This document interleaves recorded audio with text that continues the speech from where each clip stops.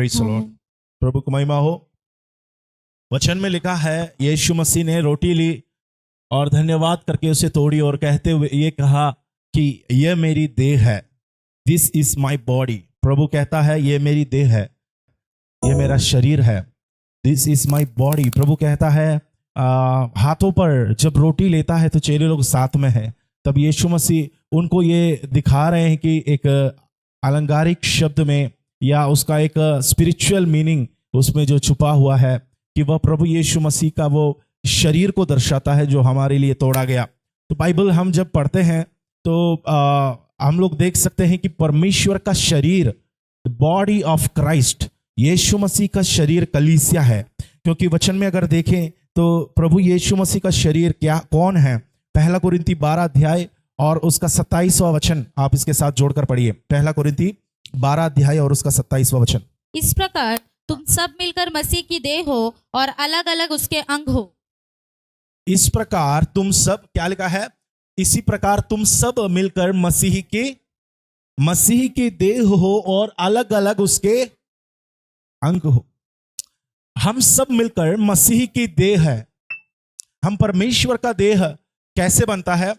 अलग अलग लोग, अलग अलग जाति के, अलग अलग भाषा बोलने वाले। अब यहीं देखो कितने प्रकार के भाषा बोलने वाले, कितने प्रकार के जाति के, कितने कैस्ट, जो हमारा कास्ट सिस्टम इंडिया में होता है, अलग अलग जाति के विभाग के लोग यहां उपस्थित है।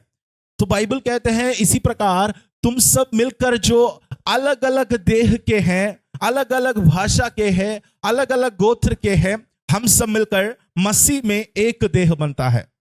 तो हमारा परमेश्वर ने हमें प्रभु में एक देह बना लिया। वो देह है रोटी जो हमें दर्शाती है। तो ये रोटी हमें परमेश्वर का वो देह दर्शाता है जो कलीसिया है।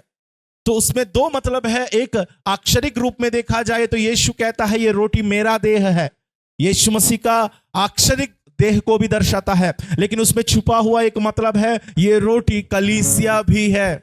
ये रोटी कौन है? कलीसिया भी है, क्योंकि कलीसिया को मसीह के देह कहा गया। कलीसिया को मसीह की देह कहा गया। द बॉडी ऑफ क्राइस्ट अगर सचमुच में देखा जाए तो वो कलीसिया है। और उस पल में मैं हमेशा कहता हूं वचन की एक एक पद में तो उसका लेयर, द प्रोफेसी का एक एक लेयर होता है, एक एक लेयर में उसका पूर्ति होती है। एक बार हम वचन जब पढ़ते हैं तो याद रखना उस समय के वर्तमान काल में भी वो वचन का लागू होती है और फ्यूचर में भी भविष्यवाणियां कार्य करता है। एक समय दोनों तरफ में परमेश्वर का वचन काम करता है। हम लोग बाइबल स्टडी में सब इसके बारे में देखते हैं, डुअल फुलफिलमेंट ऑफ प्रोफेसी। एक भविष्यवाणी का दो प्रकार का पूर्ति कैसा होता है, ये सब मैंने आप लोगों को बाइबल स्टडी के द्वारा आपको समझाया कि बाइबल के वचन दो समय में पूरा होता है। यीशु मसीह कहता है ये मेरा देह है, वो सही में यीशु मसीह का ही देह है, मगर यही देह को कलीसिया को भी दर्शाया गया है। वही देह है जो यीशु मसीह के शरीर को जो दर्शाया गया है। तो एक रोटी को जब लेकर प्रभु कहता है दिस इज माई बॉडी, तो याद रखो प्रभु की शरीर कलीसिया बनती है, परमेश्वर का शरीर कलीसिया बनती है। यानी अगर मैं इसको और थोड़ी सी आपको समझने की लायक बताऊं, मसीह के देह से कलीसिया बनी हुई है। मसीह की देह से कलीसिया को निकाला गया है। पुराना नियम में आप पहले बार देखना, आदम को परमेश्वर ने बनाया। आदम को बनाने के बाद उसके लिए उत्तम साथी, जीवन साथी नहीं मिला, तो परमेश्वर ने उसका पसली निकाला गया, लिखा है ना। पसली कहां से निकाला होगा? पैर से निकाला है। और कहां से निकाला है? हाँ, पसली जो निकाला जाता है अक्सर हमारा बॉडी का जो रिबकेज जो होता है वो हमारा हृदय को, वो जो पंप होता है ना, हृदय को प्रोटेक्शन देने वाला एक केज है। हड्डी जो यहां पर जो होती है पसली, ये हमारा जल्दी से हमारा हार्ट पे कोई अटैक ना हो और बॉडी को वो कवर कर लेता है। हमारा मुख्य जो अंग है शरीर का, हृदय, जहां से ब्लड पंप होता है, सर्कुलेशन होती है, यही चीज को संभालने का एक केज के समान आपके शरीर में छूने से आपको पता चल जाएगा, आपकी पसली दिखाई देगा या छूकर आपको पता कर सकता है। वहां से परमेश्वर ने एक हड्डी निकाला। तो आदम के शरीर में, अगर मनुष्य के शरीर में लगभग 206 हड्डियां पाई जाती है, तो कहीं से भी एक हड्डी निकालकर परमेश्वर क्या कर सकता था? हव्वा को बना सकता था, तैयार कर सकता था। पैर से देखो, जांग की हड्डी देखो कितना लंबा है, चाहता तो वहां से एक निकाल सकते। या हमारा हाथ में कितनी, देखो कितनी उंगली है, एक हाथ में 5 उंगली है, एक एक उंगली का कितना कितना हड्डियां देखो, एक उंगलियों में हमारा कितना हड्डी है, शरीर में कितनी हड्डी है। परमेश्वर चाहता तो पैर से निकाल सकता था, प्रभु चाहता तो हमारा चेहरे या हमारा सिर से निकाल सकता था, कंधे से निकाल सकता था, कहीं से भी निकाल सकता था, मगर परमेश्वर ने कहीं से भी हड्डी नहीं निकाली है। वैसे जब आदम का परमेश्वर ने एक पसली निकाला, उसी से एक नारी को, एक औरत को परमेश्वर ने बनाया। तो हम लोगों को परमेश्वर ने जो जीवन साथी भी दिया है, आपकी पत्नी है, वह आपके वश से, साइड से निकाला गया वाला है। पैर से नहीं निकाला गया कि उसको रोंदा जाए, उसको कंधे से या सर से नहीं निकाला गया कि वो आपके ऊपर प्रभुता करे। दोनों को बराबर ही परमेश्वर देने के लिए, या दोनों एक ही प्रेम में बने रहने के लिए, उसको सबसे करीब जहां दिल होता है वहां से परमेश्वर निकाला गया है। जब आदम का साइड खोला और एक हड्डी निकाली, और उसमें से एक नारी, आदम के लिए एक वधु, अगर मैं कहूं एक दुल्हन को परमेश्वर ने तैयार कर लिया। यीशु मसीह क्रूस पर पड़ा हुआ है। अब यीशु मसीह जब क्रूस पर लटका हुआ है, एक सिपाही आया, एक सिपाही आकर अपने भाले निकाले और यीशु मसीह का पंचर, वचन में लिखा है यीशु मसीह का पंचर भेदा गया, साइड साइड। यीशु मसीह जब क्रूस पर है, एक सिपाही एक भाला निकाला और यीशु मसीह के पंचर पर भी, या जहां पर हड्डी होती है, जहां पर यह साइड होता है, यानी यहां से हड्डियों के अंदर से यीशु मसीह का शरीर पर वो भाला घुसा। आपको मालूम है वचन में लिखा है वहां से पानी और लहू बहने लगा। क्या बहा? पानी और लहू। एक बच्चा इस संसार में जब जन्म लेता है, तो एक मां एक बच्चे को जन्म देता है ना, तो पहले बहने वाली चीज पानी और लहू होता है। जब कभी एक बच्चा इस संसार में पैदा होता है, आप देखो पानी के साथ, खून के साथ वो बच्चा बाहर आता है। यीशु मसीह का शरीर में जब यहां पर भेदा गया, बाइबल में लिखा है वहां से पानी खून दोनों निकलने लगा। क्या दर्शाता है? आदम के लिए परमेश्वर ने एक हव्वा को तैयार करके दिया। जब यीशु मसीह का पंजर को भेदा, तो वचन में लिखा है वहां से एक नई कलीसिया की शुरुआत होता है। वो हम ही लोग हैं जिसे परमेश्वर ने जन्म देने के लिए अपने शरीर को तोड़ा गया। दोनों का साइड को इसलिए बेधा गया, दोनों का साइड को इसलिए खोला गया। आदम का पसली निकाला, प्रभु यीशु मसीह को पंचर बेधा गया, और वहां से एक नई दुल्हन परमेश्वर के लिए जो तैयार हो रहा है। इसलिए बाइबल में लिखा है कि हम जो प्रभु का देह है, हम मसीह लोग, अलग अलग जाति के लोग एक रोटी के समान है। अब मैं कहूं, आप देखे होंगे रोटी कैसे बनते हैं, अलग अलग दाने एक मशीन पर जब उसको इकट्ठे डालते हैं, उसको पीसते हैं, उसको पीसने के बाद उसको डव बना देता है। उसको डव बनाने के लिए इतना मेहनत किया जाता है।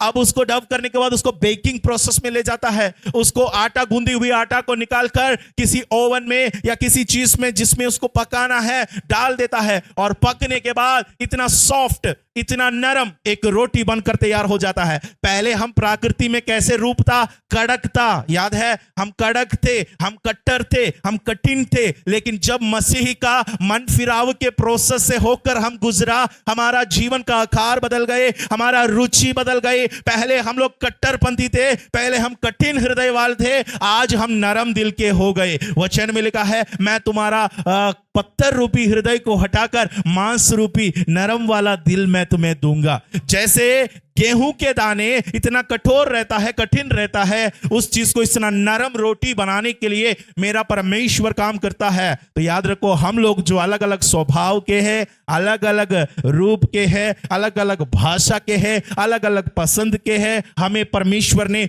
एक शरीर में जोड़ दिया और एक रोटी के समान बना लिया। मसीह में हमारा देह की एकता को दर्शाता है। अब मुझसे आपसे सवाल है, क्या उस रोटी अगर मैं आपके हाथ में दे दूं, क्या उसमें से आप उस गेहूं को निकाल कर दे सकते हैं? मैं आपके हाथ में वो रोटी दे दूं, मैं आपके हाथ में वो पका वाला रोटी का या ब्रेड आपके हाथ में दे दूं, क्या आप उसको वापस गेहूं उसमें से निकाल के दे सकते हो? बनेगा? मसीह में जो नई सृष्टि है वो नई सृष्टि है। पुरानी बातें, अब मैं मसीह में नया हूं। अब मुझे अलग करने का भी कोशिश करो, मैं पुरानी आदत का नहीं रह सकता हूं, क्योंकि मैं नया बन चुका हूं। जो लोग मसीह में नए बन चुके हैं ना, उन लोग वापस नहीं जा सकते। लोग कोशिश भी करो, नहीं होगा। क्यों? क्योंकि हमारा रूप बदल दिया, हमने नई सृष्टि बन गए हैं, अब नया जन्म पा लिया है। अब हम मसीह में एक नई सृष्टि है। तो प्रियो, वचन में लिखा है कि परमेश्वर हमें क्या किया है? एक रोटी के समान अनेक जो थे हमें एक रूप दिया, एक नया आकार दिया, एक नया स्वाद दिया, और मसीह में हमें एकत्रित किया। एक और वचन पढ़कर समाप्त करता हूं मैं। पहला कोरिन्थी 10:17 वचन पढ़िए। इसलिए कि एक ही रोटी है, तो हम भी जो बहुत है एक देह है, क्योंकि हम सब उसकी एक रोटी में भागी होते हैं। वचन में लिखा है इसलिए कि एक ही रोटी है, सो हम भी जो बहुत है एक देह है। देखो वचन में लिखा है इसलिए कि एक रोटी है, there is only one bread. इसलिए वचन में लिखा है हम जो बहुत है, हम लोग बहुत है ना, हम जो बहुत है, हम एक देह है। समझ लीजिए, हम बहुत है। हम ये नहीं कह सकता कि मैं इस देह का नहीं हूं। पौलुस कहता है कोरिन्थियों में, अगर हाथ आंख नहीं है बोलकर ये नहीं कहता कि मैं इस शरीर का हिस्सा नहीं हूं। कभी भी पैर सिर नहीं है बोलकर पैर शिकायत नहीं करेगा कि मैं इस शरीर का हिस्सा नहीं हूं, क्योंकि मैं सिर नहीं हूं। सिर ये शिकायत नहीं करेगा, आंख ये शिकायत नहीं करेगा कि मैं पैर नहीं हूं इसलिए मैं इस शरीर का नहीं हूं। नहीं हो सकता। हमारा शरीर में जैसे हर एक अंगों का महत्व होता है, हर एक व्यक्तियों का उसका काम होता है, बच्चों से लेकर बुजुर्ग तक परमेश्वर के लिए उपयोगी पात्र है। हर एक को परमेश्वर ने चुना है, देह के अंग है। जब हम हर एक से प्रेम करना है, एक समान प्रेम करना है। ऐसा नहीं कि पैर से ज्यादा प्रेम, आंख से कम, सिर से ज्यादा। बाइबल ऐसा नहीं सिखाती। बाइबल सिखाती है तुम अपने देह को कैसे प्रेम करते हो। हे पतियों, कैसे अपने देह से प्रेम करते हो, वैसे अपनी पत्नी से भी क्या करो। इफिसियों की पत्री 5:25 और 26-27 भी वचन जोड़ेंगे इसके साथ। इफिसी 5:25-26 हे पतियों, हाँ। अपनी अपनी पत्नी से प्रेम रखो। हे पतियों, अपनी अपनी पत्नी से प्रेम रखो। जैसे मसीह ने भी कलीसिया से प्रेम करके, जैसे मसीह ने कलीसिया से प्रेम करके अपने आप को उसके लिए दे दिया। अब आप देखो, मसीह ने किसके लिए अपना जान दिया? कलीसिया के लिए, उद्धार पाए हुए लोगों के लिए, जो उस पर विश्वास किया है। तो मसीह ने अपना खून बहाकर एक अपने लिए एक वधू को तैयार किया, अपने लिए एक दुल्हन को तैयार किया, वो हम लोग हैं। तो परमेश्वर ने हमें प्रेम किया इसलिए जान दिया। प्रेम करके जान देता है, प्रेम करके अपने आप को उसके लिए दे दिया। प्यार करते समय देखना, पति पत्नी को शादी के टाइम में अंगूठी खरीद के देते हैं ना, वो क्या बोलते हैं, अंगूठी खरीद के, रिंग होता है, वो रिंग देता है, प्रेम का एक तोहफा। या कुछ कई लोग होते हैं सोने का कुछ खरीद के देंगे, कई लोग कुछ और खरीद के, कपड़ा खरीद के देंगे, साड़ी खरीद के देंगे। कोई ना कोई गिफ्ट आपका पति आपको दिया होगा, कुछ ना कुछ आपको मिले होंगे। अगर कुछ ना मिले तो भी रात को बाबू सोना है वो सुनाए होंगे। कुछ तो प्रेम करके आपको वो देता है। इस संसार में देखो, अब शादी से पहले क्या क्या तोहफा ये देता है। वचन में लिखा है मसीह ने क्या तोहफा दिया? अंगूठी नहीं दिया, वो सोने का कोई नेकलेस नहीं दिया, वो कोई गाड़ी खरीद के नहीं दिया, वो अपनी बीवी के नाम में विला लिख के नहीं लिखा कि ये अपार्टमेंट ये फ्लैट मेरे बीवी के लिए रहेगा, नहीं लिखा। वचन में लिखा है वो अपने आप को दे दिया। He gave himself। देखो, अपने आप को देकर प्रभु ने ये प्रेम दिखा दिया। और 26 वचन देखो, कि उसको वचन के द्वारा हाँ। जल के स्नान से शुद्ध करके पवित्र बनाए। देखो, जो अपने आप को देता है ना, वो वापस नहीं ले पाएगा। बात समझ में आया? आपको प्रेम के तोहफा अंगूठी मिला है तो खतरे में हो तुम। जब ये प्रेम समाप्त हो जाएगा, अंगूठी वापस लिया जाएगा। तुम्हें प्रेम के तोहफा के रूप में कुछ सोना चांदी मिला है तो तुम खतरे में हो। जब उसका प्रेम ठंडा पड़ जाएगा तो वो वापस ले लेगा। तुम्हारे नाम पर कोई घर है तो वो भी बिक जाएगा। प्रेम के तोहफा यहां पर मसीह ने जो दिया वो अपने आप को दिया, वो कभी वापस नहीं ले सकता, क्योंकि उसने कुर्बान कर दिया।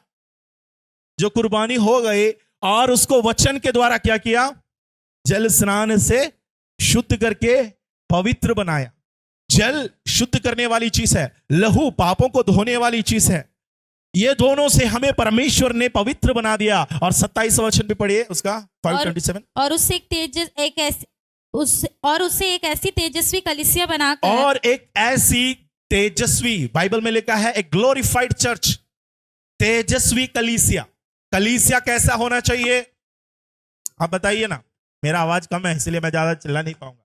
कलीसिया कैसे होना चाहिए, तेजस्वी। कलीसिया तेजस्वी होना चाहिए।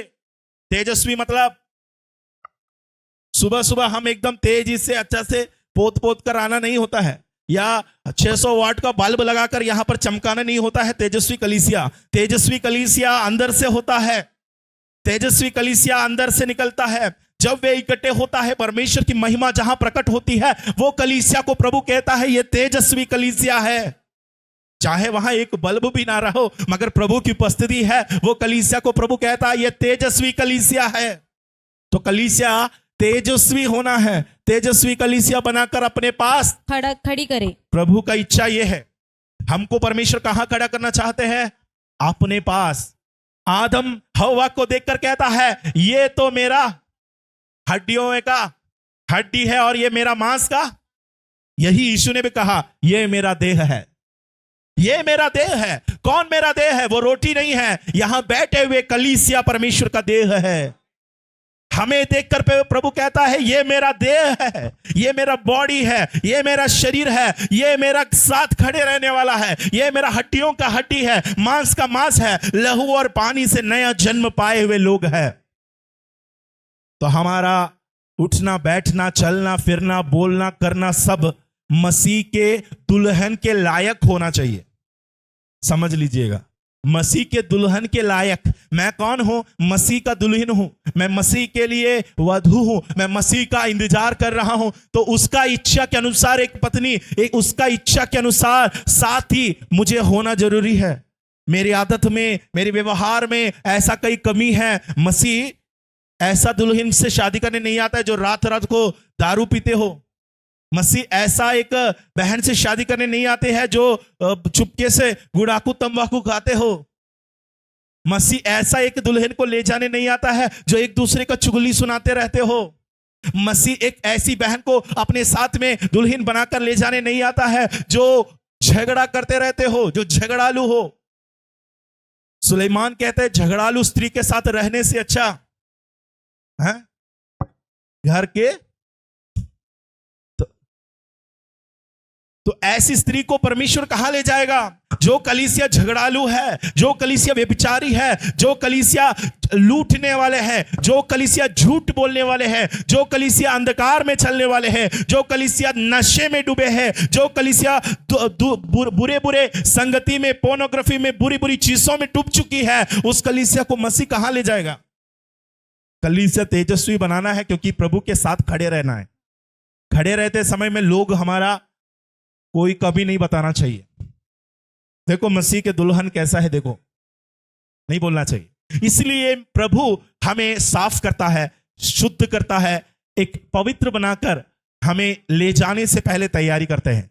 कलीसिया वो स्थान है जहां प्रभु हमें साफ करते हैं, जिसमें ना कलंक, ना झुर्री, ना कोई ऐसी वस्तु हो, वरन पवित्र। और तो हमेशा याद रखो मसीह का देह पवित्र है, मसीह की कलीसिया पवित्र है, जो उसमें शामिल होता है वो भी पवित्र है। आज हम ये प्रभुभोज लेते हैं, ये प्रभुभोज हमें ये याद सिर्फ नहीं दिलाता है कि मसीह ने मेरे लिए मरा, मगर ये मुझे बार बार चेतावनी देता है, मुझे ये रिमाइंडर देता है, मुझे ये रिन्यूअल देता है, मैं मसीह की दुल्हन हूं, मुझे ये काम नहीं करना चाहिए।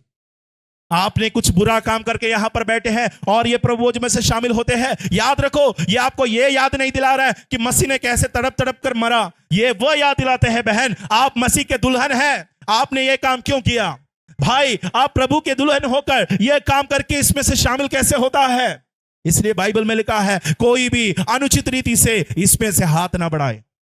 कोई अपने आप को लायक नहीं समझता है, उन लोग कृपया इसमें से दूर रहे। अगर आपके जीवन में पवित्रता की कमी आपको महसूस हुई, आपके जीवन में कोई अन्याय बात जुड़ गए पिछले हफ्ते, पिछले महीने, या जब अपन लास्ट बार प्रभोज मनाए उसके बाद से याद रखो, आपने किसी के साथ अन्याय किया, आपने कोई ऐसा पाप किया जिसके बारे में पवित्र आत्मा बार बार आपको चेताता है, जिसके बारे में आपका मन बार बार गवाही देता है, बहन भाई आपने जो किया वो गलत है। अगर आपका मन ऐसा गवाही देता है तो कृपया इसमें से दूर रहे, क्योंकि ये उनके लिए है जो मसीह के दुल्हन होने के लिए तैयार हो रहा है। हम अपने आप को तैयार करें, अपनी आंखों को बंद करें, प्रभु की उपस्थिति में हमारा जीवन को तैयार करेंगे। परमेश्वर को कहें, प्रभु मैं आपकी देह, मैं आपका बॉडी, यहां पर रखा गया रोटी आपका तोड़ा गया वो देह का स्मरण है, मगर इसमें एक और चीज मैं देखता हूं प्रभु, ये रोटी मैं हूं, ये रोटी मैं हूं जो मसीह के लिए भविष्य में तोड़ा जाना है, मसीह के लिए अनेकों के पास मुझे जाना है, मसीह के लिए मैं एकत्रित होकर रहना है। ये वह कलीसिया है जो प्रभु की महिमा को दर्शाती है।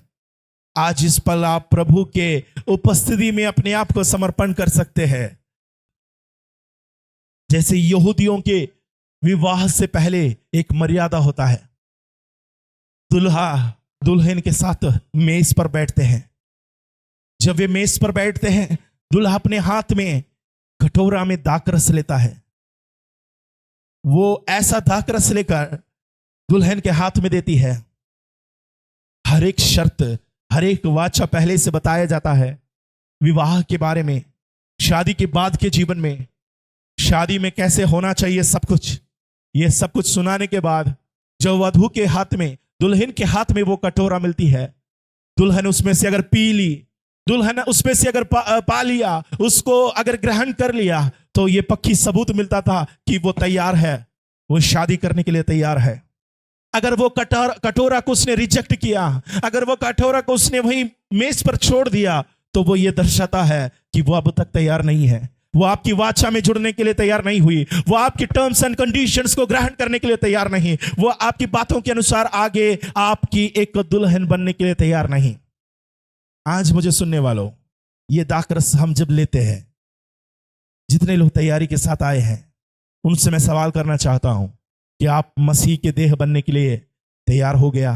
क्या आप मसीह के दुल्हन बनने के लिए तैयार हो गए? या ये कटोरा को आप रिजेक्ट करोगे या इसको स्वीकार करोगे? एक नया जन्मे बच्चे के समान पवित्रताई के साथ खून और लहू में हम इस संसार में प्रवेश किया।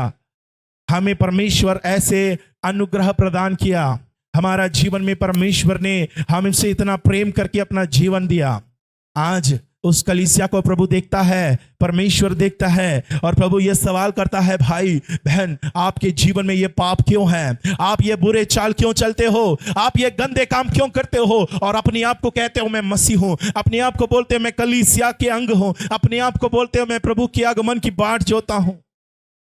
वचन में लिखा है प्रभु की देह बिना कलंक का, बिना झुर्री का, बिना कपट का, बिना पाप का, बिना अपराध का, बिना कोई पाप के हालेलुया दाग दबे उसके शरीर में लगा हुआ नहीं है। जैसे पुराना नियम में उस बलि का मेमना बिना कलंक का, बिना दब्बे का, बिना झुर्री का पाया जाता है, वैसे हम आज कलीसिया मसीह के समान पवित्र बनना है, क्योंकि हम उसके दुल्हन बनने के लिए अपने आप को तैयार कर रहा है।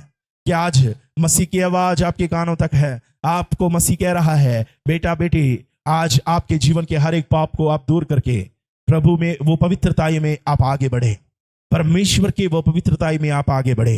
प्रभु का वो देह हम ग्रहण करने से पहले हम अपने जीवन को तैयार करें और हम प्रार्थना करें, परमेश्वर को कहे, प्रभु मुझे शुद्ध कर, मुझे पवित्र कर, मैं इस देह में से शामिल होना चाहता हूं, मैं आपके देह में से शामिल होना चाहता हूं। मेरे जीवन को तू बदल दे पिता, मेरे जीवन को तू बदल दे खुदा, मैं आपके लायक दुल्हन बनना चाहता हूं। मेरे जीवन की हर एक बुरी आदत को दूर करे, झूठ बोलने का आदत को दूर करे, गंदी गंदी पिक्चर देखने का आदत को दूर करे, गंदी गंदी बातें बोलने का आदत दूर करे। परमेश्वर पिता हर एक व्यभिचार का स्पिरिट को यीशु आप मेरे अंदर से दूर करे, हर एक हालेलुया लालच की आत्मा को आप मेरे अंदर से दूर करे, हर प्रकार की झगड़ाओं को मेरे अंदर से दूर करे, एक दूसरे को श्रेष्ठ समझने का वरदान दे, एक दूसरे को नदी भलाई के लिए मैं परमेश्वर प्रार्थना करने पाऊं। हूं। प्रभु एक दूसरे से प्रेम के साथ बात करने का मेरे अंदर आदत दे। प्रभु मेरे अंदर की हर एक नशा की आदत को दूर करे। प्रभु आपके वचन से, आपके सामर्थ्य के द्वारा मेरे जीवन में शांति होने पाए।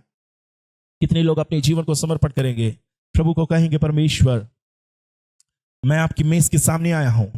ये मेज मुझे ये याद दिलाता है मैं आपके लिए प्रभु जी चुना हुआ वो वधु है। प्रभु मैं आपके लिए चुना हुआ दुल्हन है। प्रभु मैं आपकी शादी के लिए, आपके साथ रहने के लिए चुना हुआ वो पात्र है। आप मुझे लेने आने वाला हो।